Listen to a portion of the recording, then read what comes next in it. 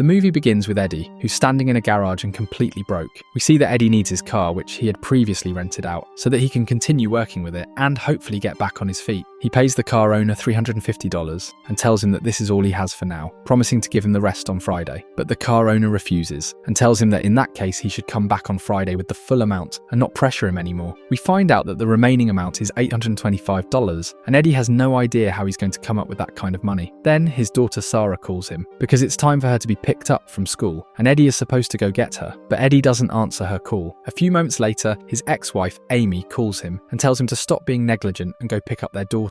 She reminds him that today is Wednesday, and Wednesday is the day when he picks up Sarah from school and brings her home. She accuses him of not caring about their daughter and tells him that he can't keep acting this way. Eddie then notices a wallet lying on the ground in the garage, and he's clearly tempted to steal it. Eventually, he gives in and manages to leave the garage with the wallet in his hand. But when he checks inside, he finds that the wallet doesn't have enough money for him to get the car back. Eddie walks down the street, clearly defeated and not knowing what to do next. So he decides to start calling everyone he knows, hoping that someone might lend him money. But he fails. Everyone either hangs up on him or refuses to help. Eddie tries to steal money from parked cars along the street, checking door after door in desperation, but quickly realizes that every single one of them is locked. Just then, his phone rings again. It's his daughter Sarah, and this time her voice is clearly upset as she tells him he didn't come to pick her up from school and that her mum had to come get her instead because he left her waiting for 2 whole hours. Eddie apologizes, telling her he was busy and that something came up. But while still on the call, something catches his eye. A sleek black car parked nearby, elegant and expensive looking, completely out of place in the neighborhood. He keeps talking to Sarah, but his focus drifts as he eyes the car, wondering if the doors were unlocked and if maybe, just maybe, he could find something inside. Before she hangs up, Sarah tells him something that hits harder than any argument. She says she'll still love him, even if he acts stupid sometimes, telling her he loves her too, before the call ends. Without wasting another moment, Eddie casually walks toward the black car, trying not to look suspicious, and reaches for the door handle, and to his surprise, it opens without resistance. He quickly slips into the driver's seat and starts rummaging through the car, but to his frustration, there's nothing inside worth taking. He decides to get out and leave, but as he pulls on the door handle, it won't move. Confused, he tries the passenger side, then the back doors, but they're all locked too. Eddie notices someone walking past the car, and in a panic, he quickly ducks his head down, trying not to be seen. As soon as they pass, he starts growing more and more nervous, pounding on the windows, hoping to break one, but nothing works. No glass cracks. Then, without warning, the car powers on, and an incoming call pops up through the vehicle's speaker system. Eddie doesn't answer at first, still thinking he might somehow find a way out, and instead reaches back, struggling with one of the rear doors, but as he yanks hard on the handle, he cuts his hand, deep enough to make him shout. Desperate, he grabs his phone and tries to call someone for help, but the screen shows no signal. Out of options, he finally gives in and answers the call. It's William, the owner of the car. William starts asking questions, trying to understand who Eddie is, but Eddie, overwhelmed with fear and anger, snaps, shouting at William, swearing at him. Suddenly, Eddie's body jolts violently. We find out that William is the one controlling it, calmly explaining that the seats are rigged with electric shocks as part of a custom security system, something he installed after his car had been stolen 6 times before, with no one ever caught. And now, he says, Eddie is the 7th. Eddie pulls a gun from his bag and fires a shot directly at the window, but the bullet hits the glass, then bounces back with full force, slamming into his own leg. That's when we realise the car's windows are not only soundproof, but also bulletproof. Eddie starts screaming for help, hoping someone outside might hear him. And just then, a woman parks her car in the same garage and casually walks past the black car Eddie is trapped inside. He screams louder, slams the window, tries everything to get her attention, but nothing works. From the outside, the car's jet black tinted windows make it completely impossible to see inside. Eddie tells William that his leg is bleeding badly and begs him to call for help or send someone. But William, calm and cold, says Eddie needs to feel regret for what he did and live with the consequences of his actions. As Eddie continues to suffer, William begins telling him about his own life, but Eddie can barely focus on any of it. His throat is dry, trying to drink, but there's almost nothing left. He tells William that he's dehydrated, that he's seriously starting to fade, and begs him, please, just give him a little water. But William refuses,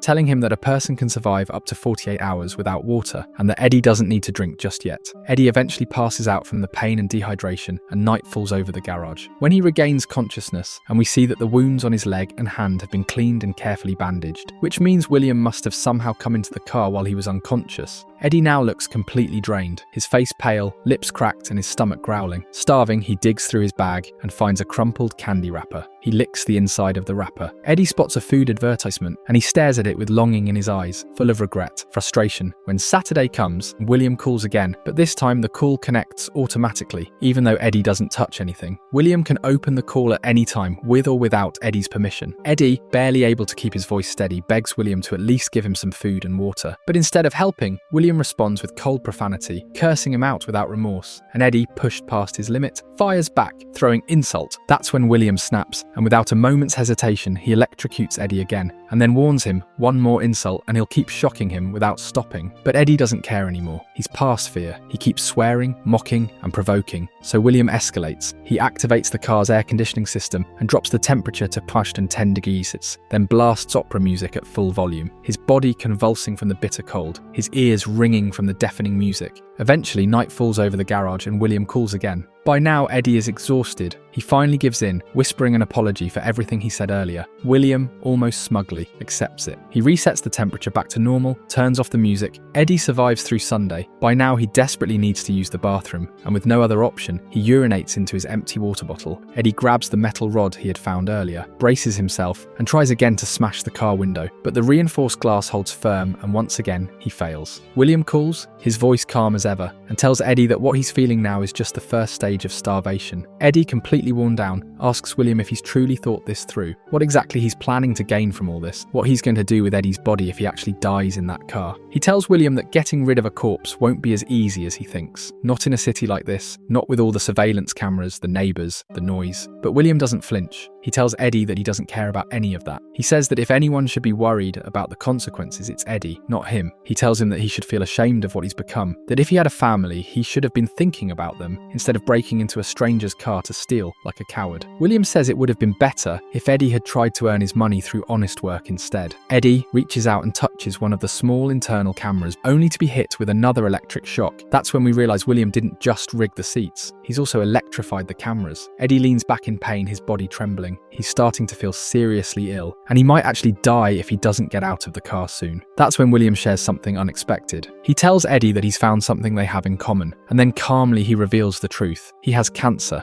and that, he says, is why he built this trap, because he's dying, and before he goes, he wants to deliver the justice he never got. He says that his car was stolen 6 times, and not once did the police ever catch the thieves. Later that night, William changes the temperature inside the car again. The heat quickly becomes unbearable. Eddie rips off his t-shirt, sweat dripping from his body as he struggles to breathe. He's still desperately thirsty. William calls and asks Eddie for his home address. Eddie immediately tenses up. He refuses, but then William makes him an offer. "Tell me your address and I'll give you water." Eddie finally gives in and tells him his address and house number. William then reveals that when he bandaged Eddie's wounds earlier, he hid a bottle of water next to the driver's seat. Eddie scrambles forward, finds it, and gulps it down all at once. Eddie pulls out one of the scratch cards he bought earlier and begins scratching. Suddenly, he bursts out laughing. He's just won $500. William calls again, confused by Eddie's laughter. Eddie tells him the truth, that he finally got the money he needed. The same money he didn't have when he made the stupid decision to try stealing the car. Eddie apologizes. He tells William he was right, that he deserves all of this, that maybe this punishment is justified. William seems to believe him, and then remotely opens a compartment in the front of the car. Inside, Eddie finds food, but just before he starts eating, something catches his eye, a small control panel hidden behind the food with several labeled buttons. Then William's voice returns. He says he has to step away for an important business call and will talk to Eddie later. Eddie realizes this is his chance. He leans in closer to examine the buttons, but the labels are too small, so pretending to check his phone, he secretly snaps a photo of the panel and zooms in. One label stands out, a button that says system shutdown. He reaches toward it, heart racing, but before he can press it, William spots him and immediately electrocutes him again. William, now angry, warns him. From now on, he must keep his hands visible to the cameras at all times. The next morning and Monday, Eddie is still sitting in the front seat, staring at the panel. Throughout the day, he starts trying a new plan, pressing the shutdown button with his foot. Hours pass. He keeps trying. The car suddenly powers on. Eddie sits up, stunned. It worked. It actually worked. For the first time in days, he feels hope. But just as suddenly, Suddenly, the car shuts down again. Everything goes black.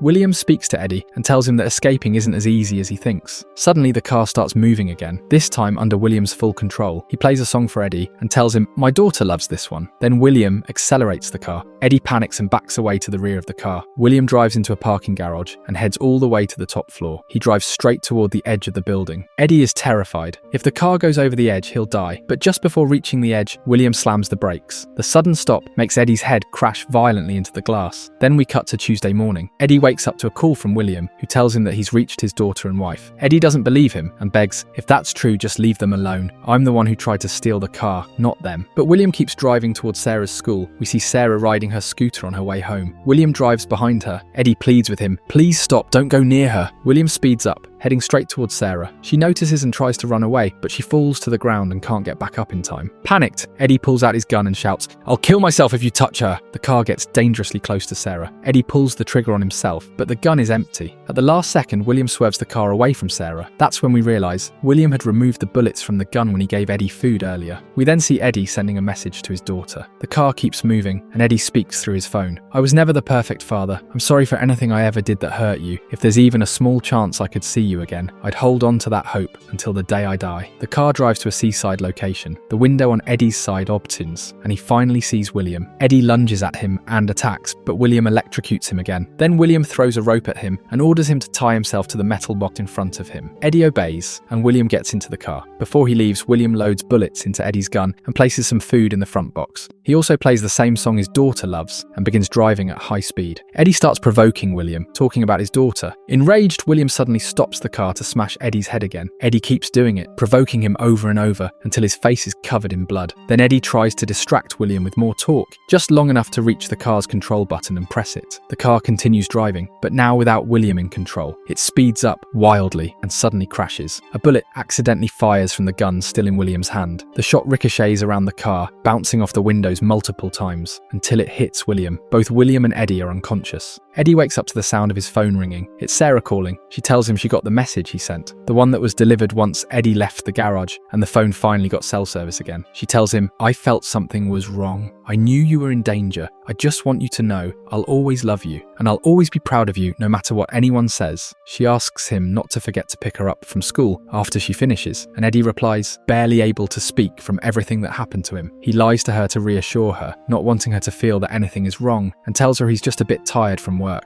Then he promises her that he'll come after school and won't forget. Eddie tries to take advantage of William being unconscious to untie himself, but William regains consciousness and Eddie immediately hits him to take revenge for everything he did to him. William isn't able to shock him. Then we see the car starting to catch fire. Eddie shouts at William to open the doors and let him out, but William doesn't respond. We find out that William died from the beating. Eddie goes back to the rear seat and finds a hammer. He tries to break the trunk window, which had already been weakened from the crash. Eddie manages to break it just before the car explodes and finally becomes free. Then we go to the school where Sarah is waiting, just like every day. Eddie arrives riding a bicycle, and the moment he sees her, he runs and hugs her tightly. He promises her that he'll never leave her alone again. Like the video if you enjoyed it, and don't forget to share your opinion in the comments and suggest movies you'd like us to summarize. And please subscribe to the channel and activate the bell so you can watch all our upcoming summaries. Bye bye!